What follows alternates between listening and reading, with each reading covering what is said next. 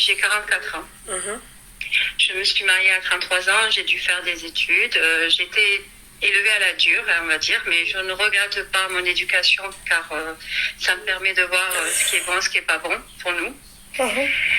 J'ai rencontré quelqu'un, je me suis mariée au bout de 3 mois. On s'est fréquenté, café, resto, pas plus. Et il m'a demandé ma même. Et tu sais, la pression familiale, oh, t'as 33 ans, il faut que tu te maries, tes cousines, on a tous des gosses. Voilà, excuse-moi, dès qu'on parle des homosexuels, on me signale mon live. À chaque fois, c'est un truc de ouf. Je le savais, hein. Je savais que j'allais avoir un avertissement. C'est un truc de ouf. Mais allez, vas-y, je t'écoute, ma chérie. Ouais. Désolée pour toi. Non, c'est rien. Donc voilà, moi je t'explique. Donc je suis tombée amoureuse. J'ai jamais fréquenté, je t'assure. Parce que bon, j'avais mes études et puis j'avais une éducation vraiment, j'avais tellement peur. J'avais 4 frères. Fallait bien se tenir. Mm-hmm. Et du coup, justement, le fait de ne pas avoir une expérience, je ne veux pas dire une expérience intime et tout ça avec d'autres hommes, mais je voulais me préserver pour l'homme de ma vie, comme ma mère a fait. Donc je suis à l'ancienne. Et j'ai rencontré cet homme-là. J'ai dû quitter. Écoute, la pression familiale, je le trouvais vraiment bien, sympa. Je commençais, tu sais, quand on a les petites palpitations au cœur, on dit ouais, peut-être que c'est lui et tout. Et je me suis mariée dans le Hlel, à la mairie. Et j'ai découvert, je suis tombée, j'étais quelqu'un de pétillante avant. Et dès la première année, je me suis rendu compte que cette personne était un homme à femme. Mais j'avais toujours ce doute, puisqu'il avait déjà un enfant avec une Française. Mm-hmm. Que j'ai accepté, parce que je me suis dit, on a le droit de refaire sa vie, il n'y a pas de souci, voilà. Voilà. Donc j'ai vécu, il fallait que je sois parfaite comme sa mère. Je cuisinais, je faisais tout mon possible. Je n'étais pas parfaite, Luna. Je sais cuisiner, je range ma maison. La première année de mariage, j'ai vu des petits signes. Ouais. Et j'avais honte j'avais déjà fait ma valise. Mais bon, il m'a retenue. T'es idiote, il n'y a pas de souci, je t'aime, je suis folle de toi et tout, compagnie. Et un peu un calvaire parce qu'en fait, il me maltraitait psychologiquement alors que je suis quelqu'un de fort. Il m'a complètement, en fait, je me suis plus retrouvée, ma famille n'a pas compris comment j'étais, j'avais l'impression d'avoir une dépendance affective, étant donné que, maintenant je commence à comprendre que j'avais peur de l'abandon et tout ça, je vais trop dans le sujet, mais... Donc j'ai décidé au bout de 8 ans de mariage à partir, à ne pas le... Il y a eu tellement de choses, me cracher au visage, me dénigrer, parce que avec mes grossesses, j'ai eu 2 enfants, j'ai pris du poids, je faisais plus du 36, je fais du 40. Et j'en tremble, je suis désolée. C'est vraiment très dur parce que c'est récent. Et du coup, je pensais vraiment que j'aimais cette personne-là. Tu sais, on vit des fois dans les films d'amour là qu'on regarde à la télé, mais alors pas du tout. Faut surtout pas se mettre dans ce genre de truc parce que j'étais vraiment une Nia. Et il fallait absolument que je fasse ma vie, que je puisse avoir des enfants, avoir une famille comme ma famille, quoi. Uh-huh. J'ai tout fait. Il m'a demandé de travailler alors que je travaillais dans un spa. J'étais super épanouie. J'ai tout quitté ma ville pour lui. Donc j'étais très loin de ma famille.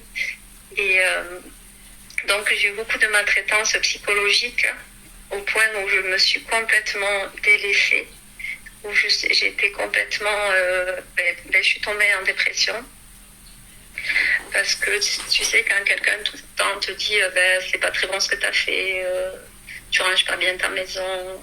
Pourtant, je travaillais de nuit pour lui aider à payer ses factures. Je sais, tu vas me dire, c'est pas normal. Mais bon, je préfère m'abstenir, ma petite douceur. Ouais, non, c'est très dur parce que là, j'ai décidé enfin de divorcer. Et c'est très dur parce que j'ai encore cette dépendance affective, il en joue. Je tremble, je suis désolée, Luna. Et du coup, en fait, voilà, je le quitte. Donc, je le quitte, je lui laisse tout, la maison, les meubles, tout ce que j'ai pu acheter avec mon argent. Je me suis pris un petit appart, je l'ai quitté sans qu'il le sache. il me disait que je faisais la plus grosse erreur de ma vie. Donc, je suis partie avec mes 2 enfants. J'avais le droit parce que je suis allée voir des associations et tout ça parce que vraiment quelqu'un qui vous maltraite psychologiquement, c'est autant avoir des coups que le psychologique reste dans le cerveau. Et on se dénigre, on commence à se dire peut-être que je suis nulle, je suis pas une bonne épouse, je suis pas ci, je suis pas ça. Et donc je l'ai quitté. Au bout, on a fait un truc d'assistance. Enfin, comment dire, on a eu un premier jugement où j'ai eu la garde de mes enfants, un week-end sur 2 pour lui et la moitié des vacances, qui a été très dur pour moi puisqu'il s'est pas trop engagé avec les enfants dès le départ. Je faisais tout avec eux, je payais tout avec eux. Et putain, j'en tremble. Je suis désolée. Non, il n'y a pas de souci. Et du coup, écoute, il est revenu vers moi au bout de 6 mois de séparation en me disant que j'avais fait une erreur.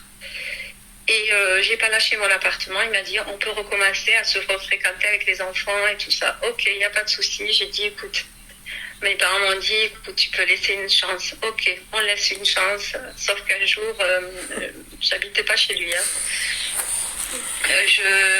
J'amène ma fille chez son père et à ce moment-là, on buvait un café vraiment amicalement, on va dire, parce qu'il voudrait plus. Mais moi, je prenais mes gardes parce que je me dis encore, je vais tomber dans le panneau.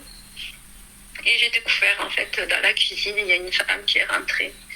Une Française, toute belle, toute fine. Parce que moi, j'ai pris du poids avec mes grossesses. Qui me dit qu'en fait, ça fait plus de 11 ans qu'ils se connaissent et qu'ils se fréquentent et qui couche avec elle. Et sur le coup, j'ai montré ma fierté, je n'ai pas montré ma faiblesse. Je ne sais pas comment j'ai fait, grâce à Allah, je ne sais pas comment j'ai fait pour pas craquer. Et je me dis, mais le gars, il voulait me récupérer, mais en fait, il avait quand même une... Et je n'ai pas vu, je vous assure, je n'ai pas vu quand est-ce qu'il a pu me tromper. Moi, je travaillais de nuit, on avait des bébés, je l'aidais financièrement, je faisais tout, j'ai quitté ma famille, je n'ai pas d'amis dans cette ville. Donc j'ai trouvé un travail en CDI, j'ai tout eu, alhamdoulilah. Et quand j'ai vu cette femme en me disant, limite, elle voulait me frapper, en me disant que ça fait 11 ans qu'ils couchent ensemble. Alors lui, la tête baissée, complètement, il était complètement abasourdi parce qu'il ne s'attendait pas du tout à ça, parce qu'il pensait vraiment que j'allais revenir vers lui. Parce que je suis une idiote. Je suis une nia. Et mon cœur allait s'arracher tellement que je me suis dit, mais punaise, je me suis préservée pour un homme. Parce que ma famille m'a dit qu'il fallait se préserver, qu'il ne fallait pas faire n'importe quoi. Et du coup, j'ai essayé de tenir. Je lui ai dit, bah, écoute, si tu le connais depuis 11 ans, moi, il s'est marié avec moi, donc pourquoi il ne s'est pas marié avec toi? Donc, je lui ai dit que c'était un plan cul. Je suis désolée. Non, il n'y a pas de souci. C'est vraiment dur de tomber de très haut en disant, voilà, tu fais confiance à une personne, tu fais des enfants avec lui, tu l'aides financièrement parce qu'il avait vraiment des dettes. Au départ, je suis folle, je sais, mais je me suis dit, je suis amoureuse de lui.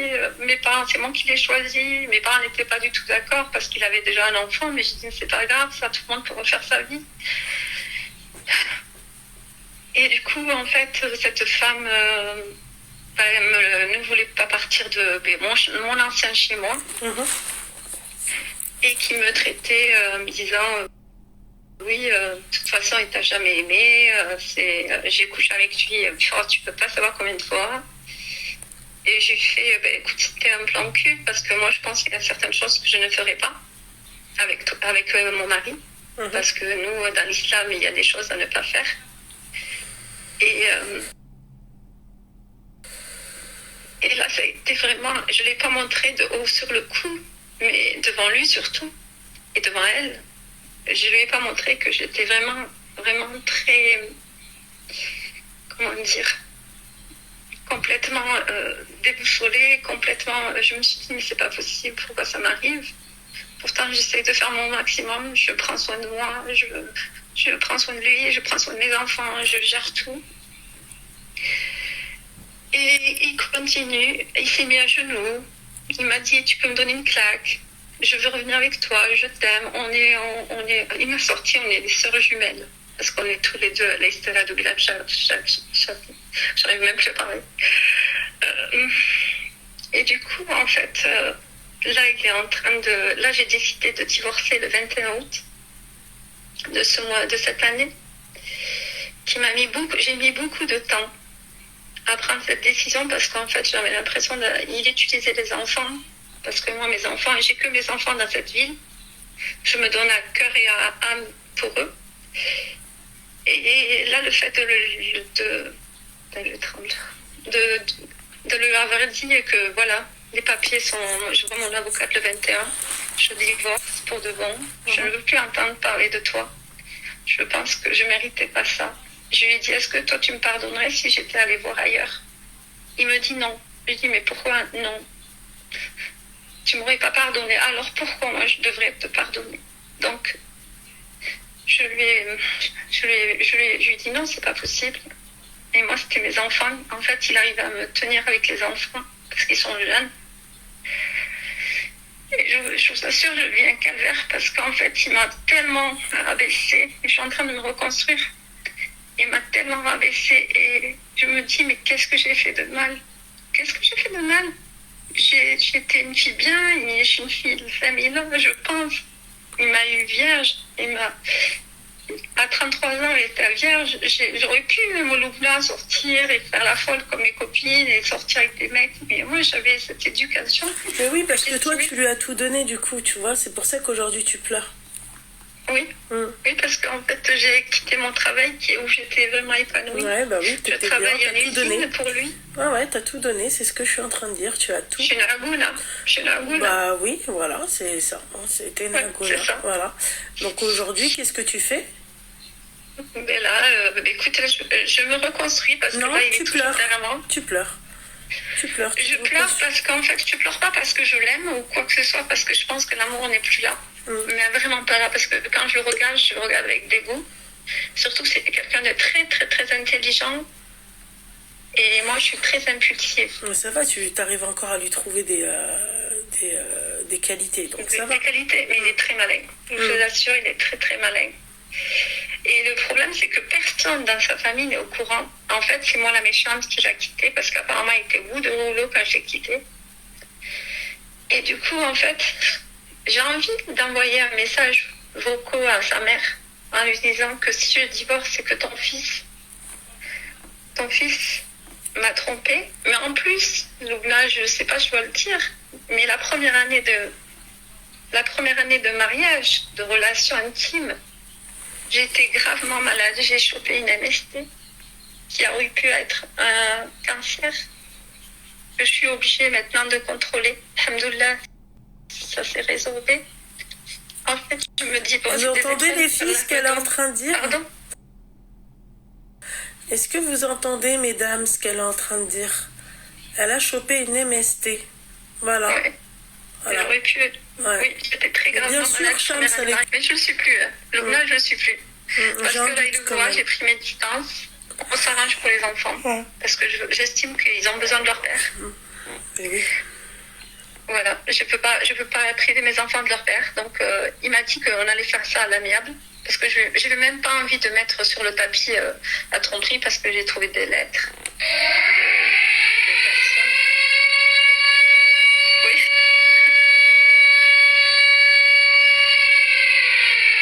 Ouais. Voilà. Et en fait, moi, le conseil que je voudrais te demander, est-ce que je dois me laisser me faire passer pour la méchante ou est-ce que je dois envoyer des vocaux à ma belle-mère qui ne m'aime pas forcément parce que j'ai quitté son fils en lui expliquant pourquoi je suis partie.